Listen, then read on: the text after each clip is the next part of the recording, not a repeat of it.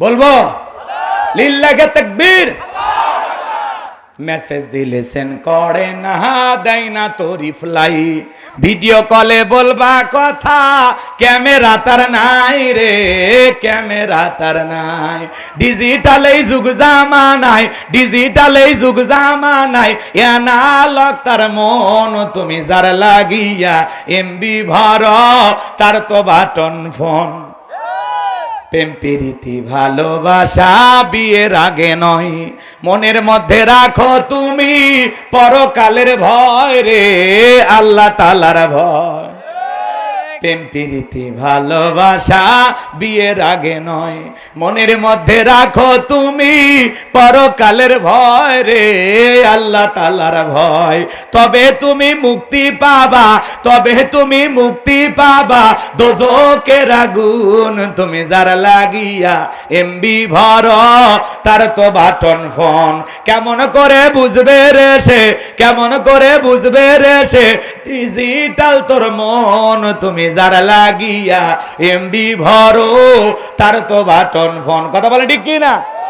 তাহলে প্রেম প্রীতি ভালোবাসা বিয়ের আগে করা যাবে? পিতা মাতা পছন্দ করে বিয়ে দেবে যেখানে বরকত আছে। একা একা মাতবাড়ি করে বিয়ে করো না। 20 বছর বয়স হয়নি, বাড়িতে এসে বলে আব্বা রাজি থাকলে 1 চাপুন, না হলে 2 চাপুন। আমি উত্তরপাড়া লাখিকে কথা দিয়েছি, আছে না বলাবান? আপনাদের এলাকা বসে এরকম পালিয়ে টেলে বিয়ে করে না। প্রেম টেমিলে তো নাই, ছেলে পেলে খুবই ভদ্র। আমি জানি ঝিনাইদহের মানুষ খুব আল্লাহওয়ালা। কষ্ট হচ্ছে আপনাদের।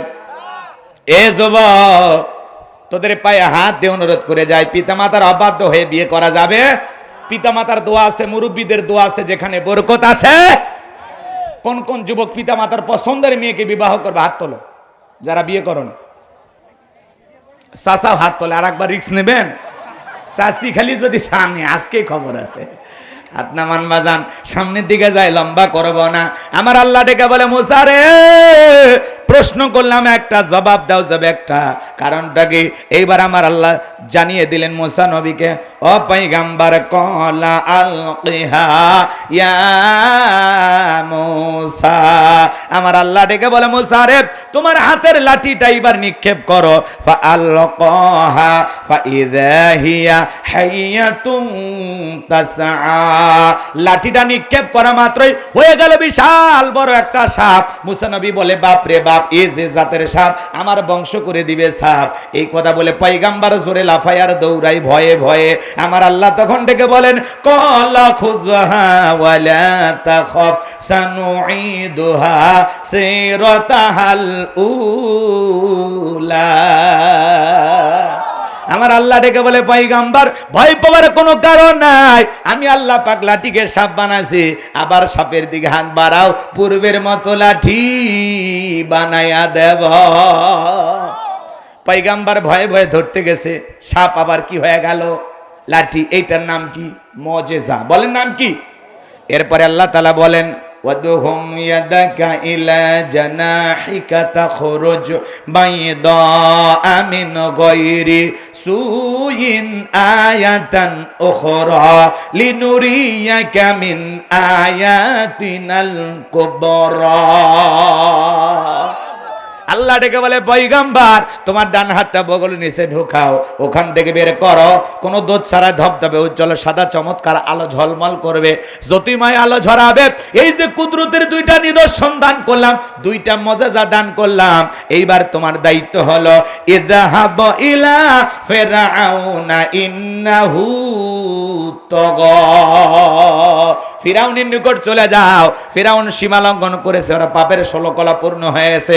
যার বলে ফিরাউন রে, তোর বানানো আইন দিয়ে আর মিশরে চলবে না, এখন থেকে মিশর পরিচালনা হবে আল্লাহর আইন দিয়ে। বলেন আল্লাহু আকবার। পয়গম্বর ডেকে বলে, আল্লাহ আপনি কি ভুলে গেছেন আমি ফিরাউনের দরবারে মার্ডার কেসের আসামি, গেলেই তো ফাঁসি দিয়ে মারবে। আমার আল্লাহ ডেকে বলে পয়গম্বর, ভয় পাওয়ার কোনো কারণ নাই, আমি আল্লাহ যার সাথে আছি। কোন জালেম ফাঁসি দিয়ে মারতে পারবে না, আগুনে পড়ে মারতে পারবে না, পানিতে ডোবাইয়া মারতে পারবে না। হাজারো দিন রিমান্ডে নেওয়ার পরেও ওরা মুমিনের মুখের হাসি ইমানকে দুর্বল করতে পারবে না। কথা কয় না? বোঝেন কথার অ্যাঙ্গেল? বোঝেন? ভালো করে বোঝার চেষ্টা করবেন। পয়গম্বর ডেকে বলে আল্লাহ যেতেই হবে। আমার আল্লাহ বলে অবশ্যই যেতে হবে।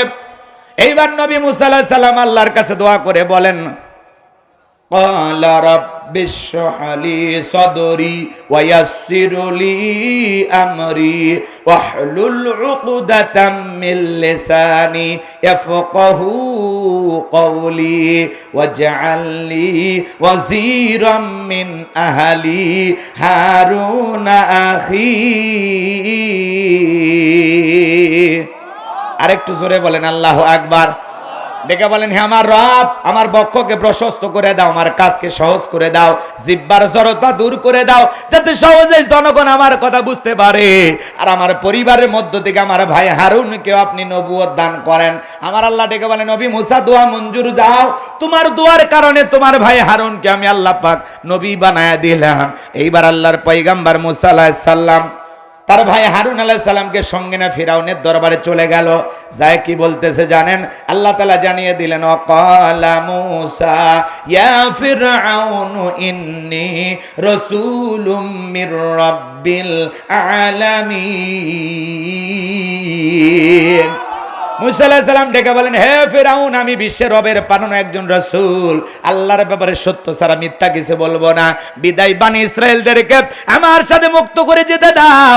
এইবার ফিরাউন ডেকে বলে, ক্বালা ইন কুনতা জিতা বিআয়াতিন ফাতি বিহা ইন কুনতা মিনাস সাদিকিন। যদি তোমার দাবিতে তুমি যদি সত্যবাদী হও, তোমার কাছে যদি স্পষ্ট কোনো দলিল প্রমাণ থাকে, সেইটা আমাদের সামনে উপস্থাপন করো।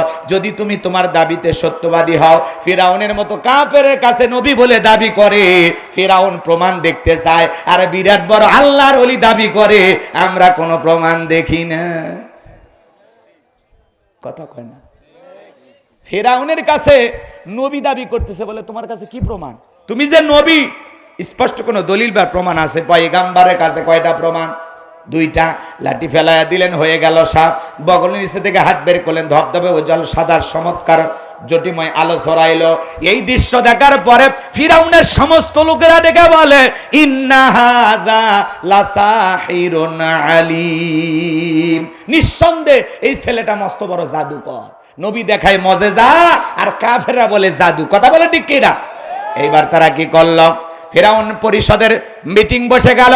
তারা ডেকে বলে, এই ছেলের মতিগতি ভালো না, ও জাদুর বান নিক্ষেপ করে, জাদুর ভয় আতঙ্কিত করে, দেশ থেকে আমাদেরকে বিতাড়িত করতে চায়, দেশ থেকে তাড়াইয়া দিয়া ক্ষমতার চেয়ারে বসতে চাই। ছেলের মতিগতি ভালো না, তোমরাই ভালো, কি করা যায়? সমস্ত এমপি মন্ত্রী যারা ছিল, নেতা কর্মী যারা ছিল, সবাই ডেকে বলে, শোনো, ওই ছেলেও জাদু দেখাইছে, আমাদের দেশেও জাদুকর অভাব নাই, অতএব জাদুর খেলা জাদু দিয়েই মোকাবেলা হবে।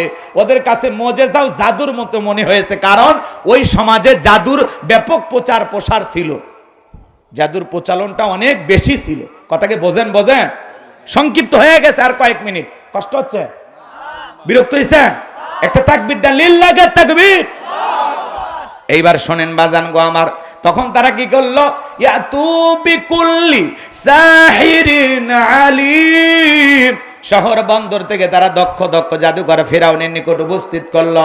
সমস্ত জাদুঘর ফিরাউনের নিকট উপস্থিত হওয়ার পরে ডেকে বলে, নেতা, আমরা যদি আপনার শত্রু মুসাকে পরাজিত করতে পারি, আমাদের পুরস্কারটা কি, বেনিফিটটা কি, লাভটা কি? খেলার মাঠে নামার আগে জানার দরকার আছে না নাই? পুরস্কার কি থাকছে জানার দরকার আছে না নাই?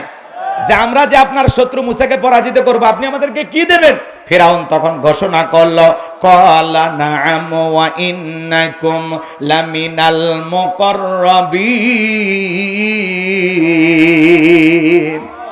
ফিরাউন ডেকে বলে, তোমরা হবে আমার নিকটতম ব্যক্তি, এই দরবার হবে তোমাদের বসবাসের জায়গা, তোমরা সবাই আজ থেকে এই দরবারে বসবাস করবে, যাও মুসাকে পরাজিত করো। যারা রাস্তাঘাটে জাদুর খেলা দেখায়, এরা যদি রাজপ্রাসাদ পায়, আর কিছু লাগে? কোন নেতা যদি বলে তুমি আমার লোক, যা খুশি তাই করো, তাহলে নেতার কথায় রাতকে দিন করা যায়, নিরপরাধ মানুষকে ফাঁসিতে ঝুলানো যায়, ক্রস ফায়ার দেওয়া যায়। কথা বলে ঠিক কিনা? যেহেতু তুমি কার লোক? নেতার লোক। আর নেতা বলেছে তুমি আমার লোক। ভালো করে বোঝেন। এইবার জাদুর খেলা শুরু হয়ে গেল। হাজার হাজার দর্শক জাদু দেখার জন্য রেডি হয়ে গেছে। সমস্ত জাদুকর ডেকে বলে, ও নবী মুসা, জাদুর বানাকে কে নিক্ষেপ করবে, আমি না তুমি? এ ভাই, সর্বোচ্চ 5-7 মিনিট হয়ে গেছে।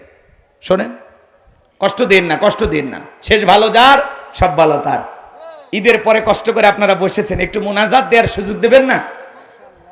আমরা ফিলিস্তিনি নির্যাতিত অসহায় মাজলুম মুসলমানদের জন্য আজকের মাহফিল থেকে দোয়া করব ইনশাআল্লাহ। মুসলমানের পক্ষে যারা, একটু অপেক্ষা করেন আমার ভাইয়েরা। এইবার সমস্ত জাদুকর ডেকে বলে, ও নবী মুসা, জাদুর বানাকে কি নিক্ষেপ করবে? আমরাই না তুমি? মুসা আলাইহিস সালাম ডেকে বলে, ওস্তাদের মাস শেষ রাতে, আগে তোমরাই জাদুর বান নিক্ষেপ করো। এইবার তারা জাদুর তন্ত্র মন্ত্র নিক্ষেপ করতে লাগলো। বাঘ বানাইলো, ভাল্লুক বানাইলো, রশি বানাইলো, মানুষের চোখে মুখে পর্যন্ত জাদুর বান নিক্ষেপ করতে লাগলো। বাজান গো আমার, সেদিন 1 নয় 2 নয়, তারা 80,000 জাদুর বান নিক্ষেপ করেছিল। জাদুর তন্ত্র মন্ত্র নিক্ষেপ করতে করতে ওদের চালান পাতি শেষ। এইবার ডেকে বলে, মুসা আর নাই, তুমি তোমার জাদুর বান নিক্ষেপ করো। আমার আল্লাহ পাক বলেন, ওয়া আওহাইনা ইলা মুসা আন আলকি আসাকা ফাইযা হিয়া তালকাফু মা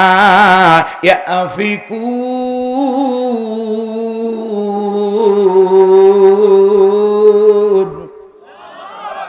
আল্লাহ ডেকে বলে, ও নবী মুসা, ভয় পাওয়ার কোনো কারণ নাই, যেই লাঠিটা শুধুমাত্র ধরে আছে ওটা ছেড়ে দাও। আল্লাহ ওহীর মাধ্যমে জানায়া দিলেন, নবী মুসা আলাইহিস সালাম হাতের লাঠিটা শুধুমাত্র ছেড়ে দিলেন। ছেড়ে দেওয়া মাত্রই হয়ে গেল বিশাল বড় সাপ, যেই সাপের নিচের ঠোঁটটা নিচুতে, ওপরের ঠোঁটটা 80 ফিট উঁচুতে।